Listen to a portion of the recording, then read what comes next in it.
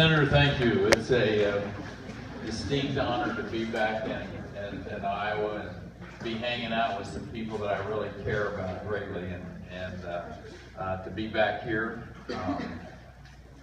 I have spent the day introducing the senator. We're going to change it up a little bit here this evening because I have the great privilege to introduce a young man who I've asked to do the honor of introducing the senator. In a second you'll understand why. But one of the things I'm incredibly passionate about is the young men and women who serve our country, who sacrificially serve this country. And having a commander-in-chief that really understands what they go through, really understands the challenges that they have. We've been at war for over a decade. We've ground up an entire generation of young men and women. And our Veterans Administration has been a great failure from my perspective. I've seen too many of our young warriors that have come home needing help. Scars not just on the outside, but scars on the inside that we may not see. And the Veterans Administration has failed them time after time after time. And if there is one great commitment that we have in this country, one promise that we have made, it should be to those people who have stood between us and those that would do harm to our country and to our liberties. And to honor that commitment to them. And all too often that hadn't happened. Some of you may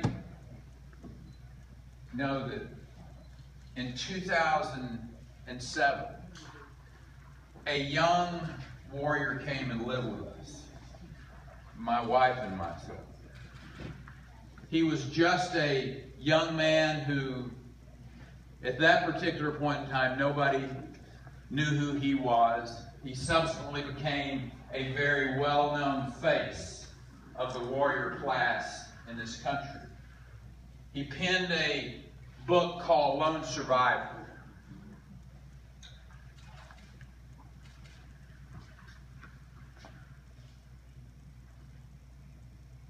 Marcus literally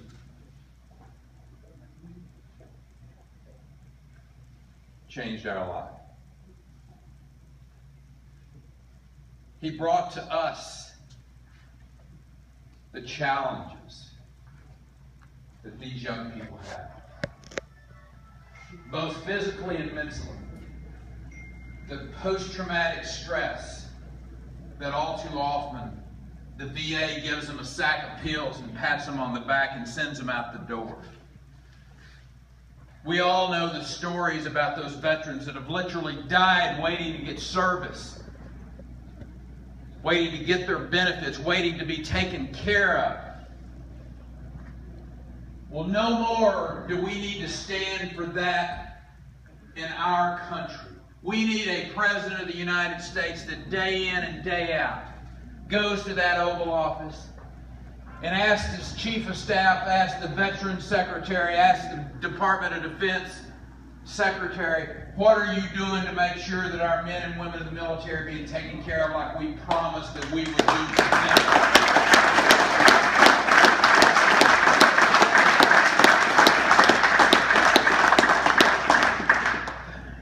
When Ted Cruz came and spent a full day with me in Round Top, Texas, subsequently talking on the phone, those are some of the things that we talked about. I wanted to know that this man was committed. And committed as deep as you can to the pit of your soul. And I know he is. One of the things I learned about Ted Cruz that you might not have heard from the mainstream media narrative. He's one of the great listeners that I've ever been around in my life. This is a man who, that's a gift. Most politicians are pretty sure they know everything already. They don't need to listen to anything else. But not Ted Cruz. Ted Cruz knows what he doesn't know. That's a virtue. I want my president to be an individual who is an individual of humility. And Ted Cruz understands something. He understands when he is the president of the United States, yeah, it's a great and extraordinary, powerful position, but he works for you. Not the other way around. All too often, individuals in those positions think you work for them. I want a president of the United States that's courageous. An individual that's willing to stand up and make decisions that are right, whether they're popular or not. And let me tell you, he's got the courageous thing down pat. He is not afraid to stand up for what's right.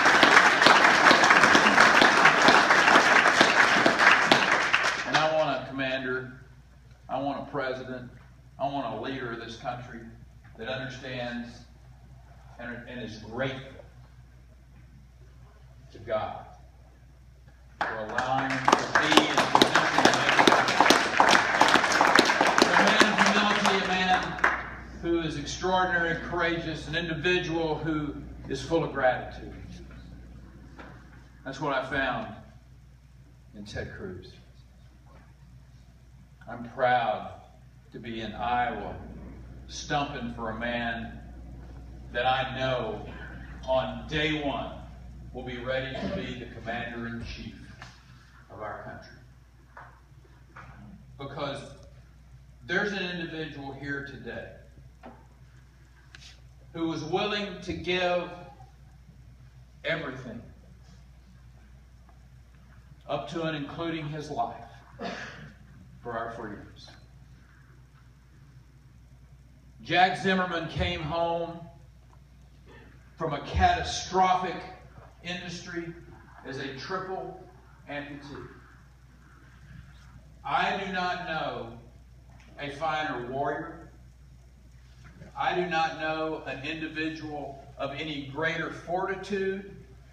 I don't know an individual that is a greater patriot and hero than the man that I am about to introduce you, my great friend, I love him like a brother, Jack Zimmerman.